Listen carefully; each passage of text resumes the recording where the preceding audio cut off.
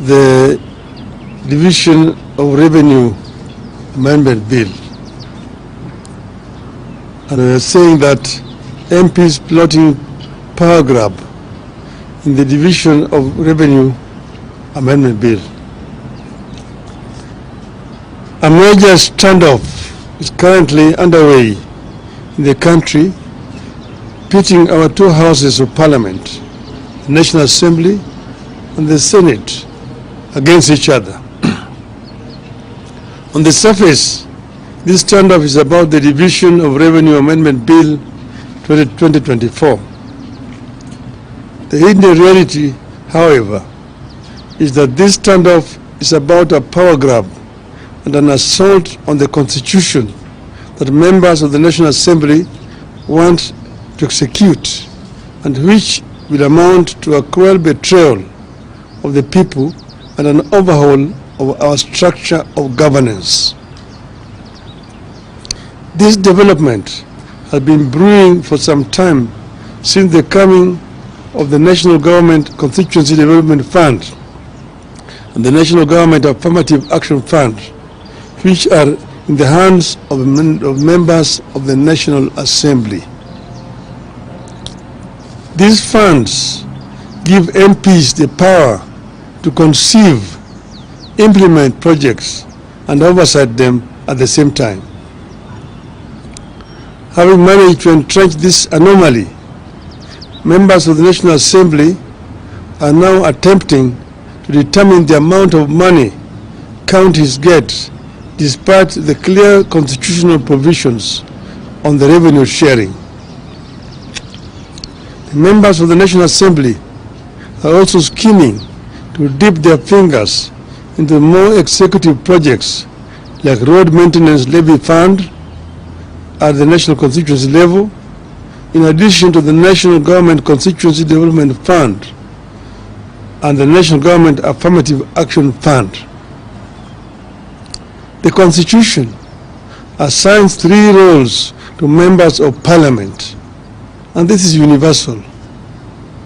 1, representation; 2, legislation; and 3, oversight. I repeat, representation, legislation, and oversight, period. Execution or implementation of programs has never been and can never be the job of members of Parliament without creating a serious accountability crisis in our governance system to the detriment of us all. Parliament makes laws and ensures that the laws are implemented and followed. It is against this backdrop that I find the ongoing standoff between our two houses of Parliament over division of revenue extremely scary, unhelpful, and unnecessary. The Constitution we promulgated in 2010 guides the way the government and our country works. It divides the government into 3 parts, each with the power to keep the other parts under control. It further creates 2 levels of government: the national government and 47 county governments. The 3 parts you know: the executive, the legislature, and the judiciary. The 2 levels of government work in close consultation as espoused in Article 6, subsection 2 of the Constitution, which states, and I quote, "The governments at the national and county levels are distinct and interdependent and shall conduct their mutual relations on the basis of consultation and cooperation," unquote. Now, because MPs want to have their way with the abrogation of the Constitution and getting their pound of the flesh with regard to NGCDF, the Senate and the National Assembly are unable to agree on something the law is so clear about: sharing of the revenue between the national government and the county governments. Apparently, the National Assembly is in support of provisions that will lower the amount of money shareable to counties against the provision of the laws of the land and the tradition established since the coming of the devolved units.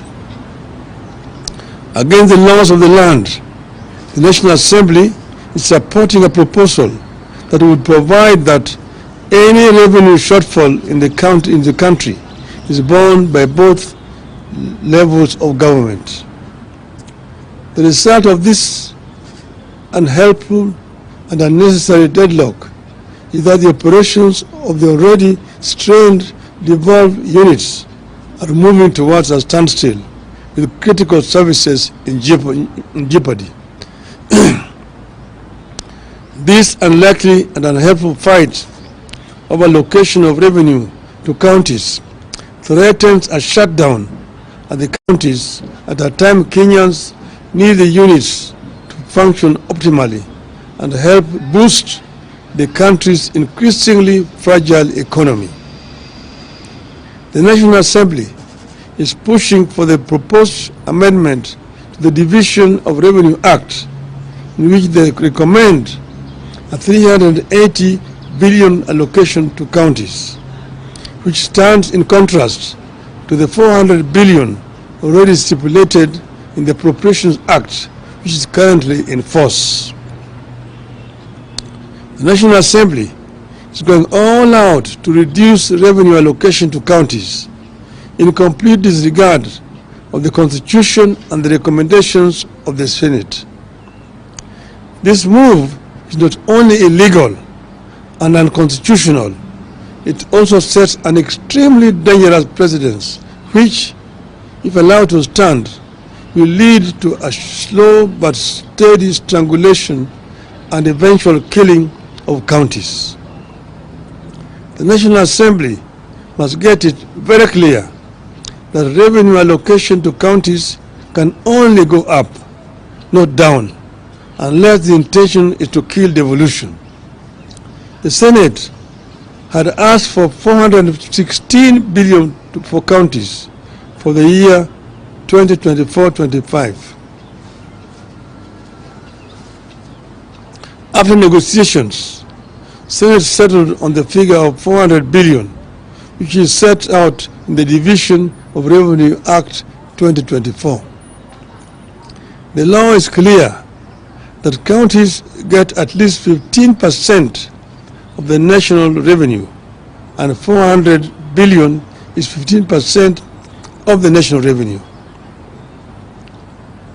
Every 5 years, this country goes to elections, and all positions are available, from president to governor to senate to MPs and all the way to the members of county assemblies.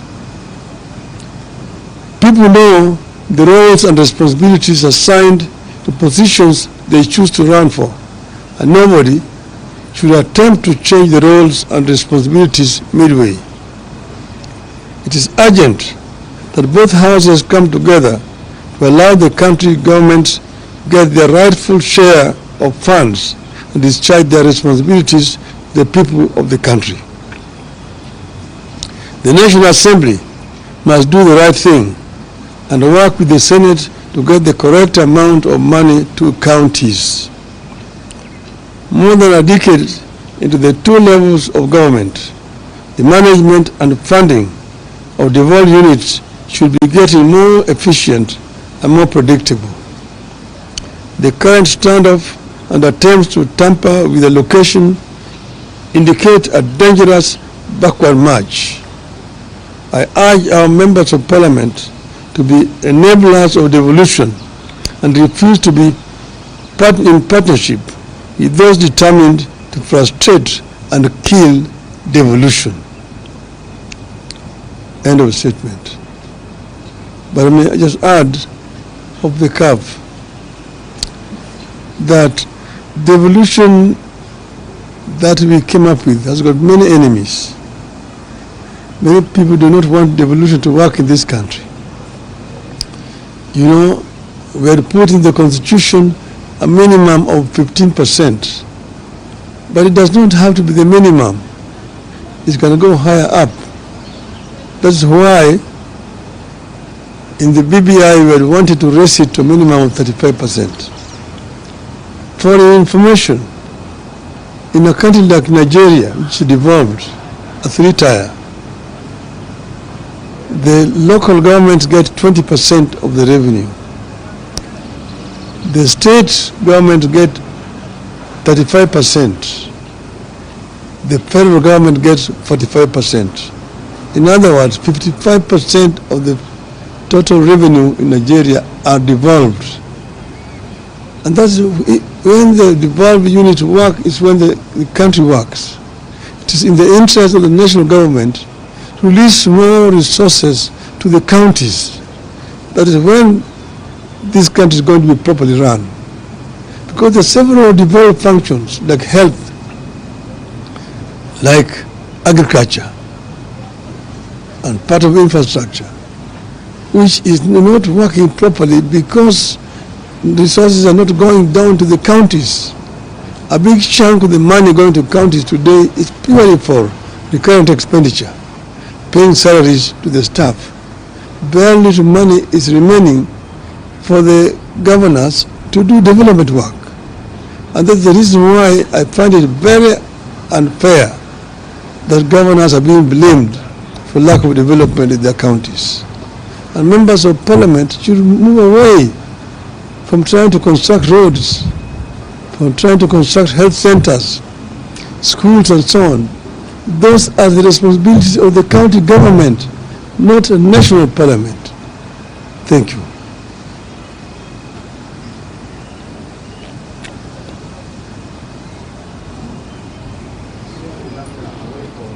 No, only this subject.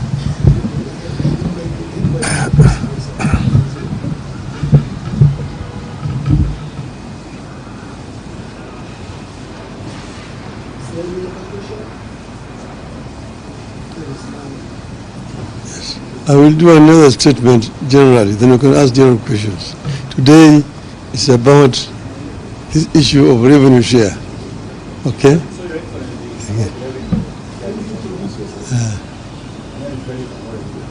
What's the way forward? Because now we are seeing that on the National Assembly is having a stand, which the Executive is participating. The Senate is trying to follow the stand, but what's your take away forward? How can we follow the stand to the counties and the people and the local counties cannot suffer the way they suffer? No, you see, it's a standoff which is unnecessary. I'm just asked the members of National Assembly to be more patriotic and move away from functions which are not theirs. It is very clear. It's so clear that, you know, I feel very frustrated because I was involved in the drafting of this constitution. And we know exactly how this constitution is supposed to work. But the greed of members of parliament. Members of parliament want to be constructing roads. Members of parliament want to be constructing health centers.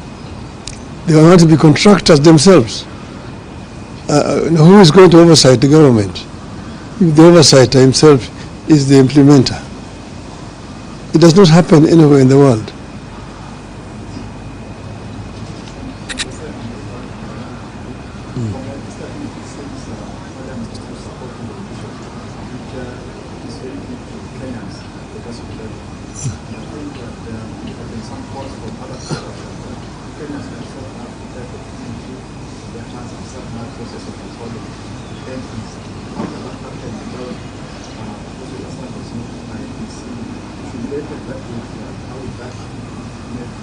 I'm not understanding you clearly. You were saying, should I? I'm saying from your statement, it seems Parliament is not in support of the devolution policy.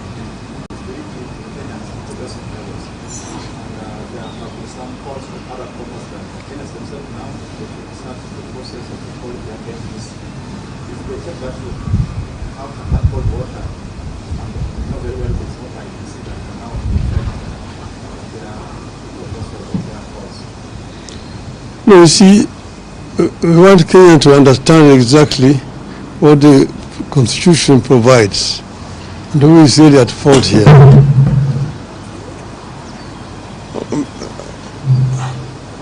I'm basically trying to create some clarity for this issue because there's some kind of cloud.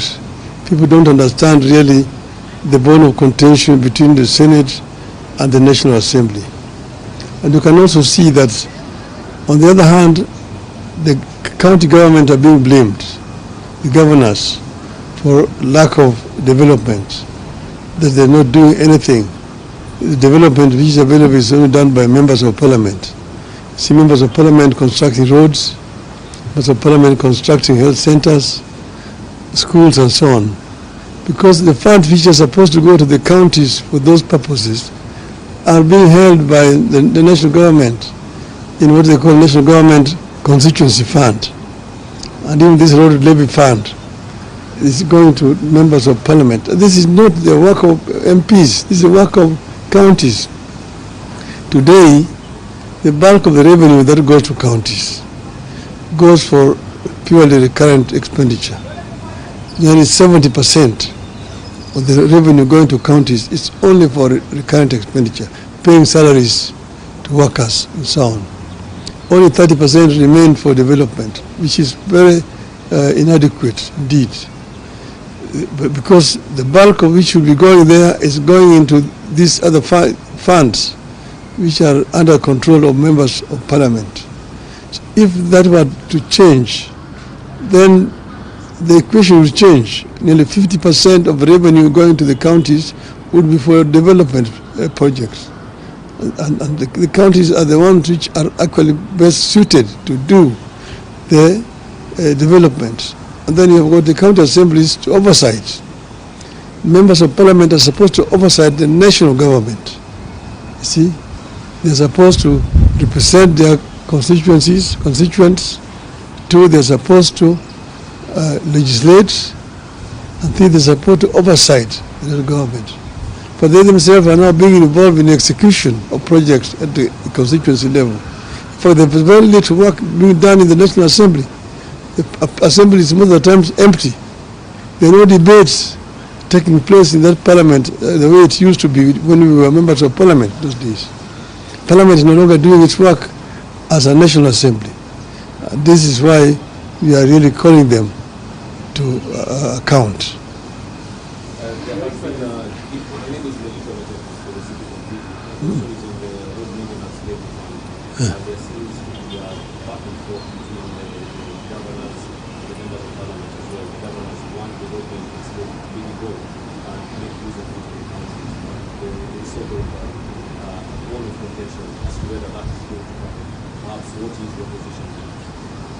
We have said that fuel levy fund is supposed to be used for maintenance of roads at the national level and at the county level. So that should go directly to the kitty of the county government, not constituency fund being controlled by members of parliament. That's what I'm saying. It is the members of parliament are not supposed to be executing things. The members of parliament are supposed to be oversighting. But if an MP himself is the executor, you have a situation where MPs themselves are the contractors. I know examples where you find a president going to launch a road, the contractor is a member of parliament. So if that's not a conflict of interest, I don't know what conflict of interest is, it is embarrassing, very embarrassing indeed. When the president came to power, the promised to empower the president, the promise to enhance the source of economy. But what we are seeing from the Secretary of the National Assembly is all of the promise. As part of these lies that the Secretary was doing Yes, you know, there's a whole competition between the National Assembly, the national government, and the counties. See, there are people who don't believe in devolution. People who really prefer a unitary system of government. They think that governors are an unnecessary burden. They would rather deal with DCs. And you see this attempt to resurrect the provincial administration, which actually under the constitution was supposed to to be replaced with the county government. But we are dealing with people who do not want devolution. So devolution is under threat. And those of us who were there, who fought to bring devolution, must stand up and be counted and defend devolution. We do believe very strongly that a devolved system of government is what will ensure equity in sharing of resources in our country and equal development across the whole country. Thank you.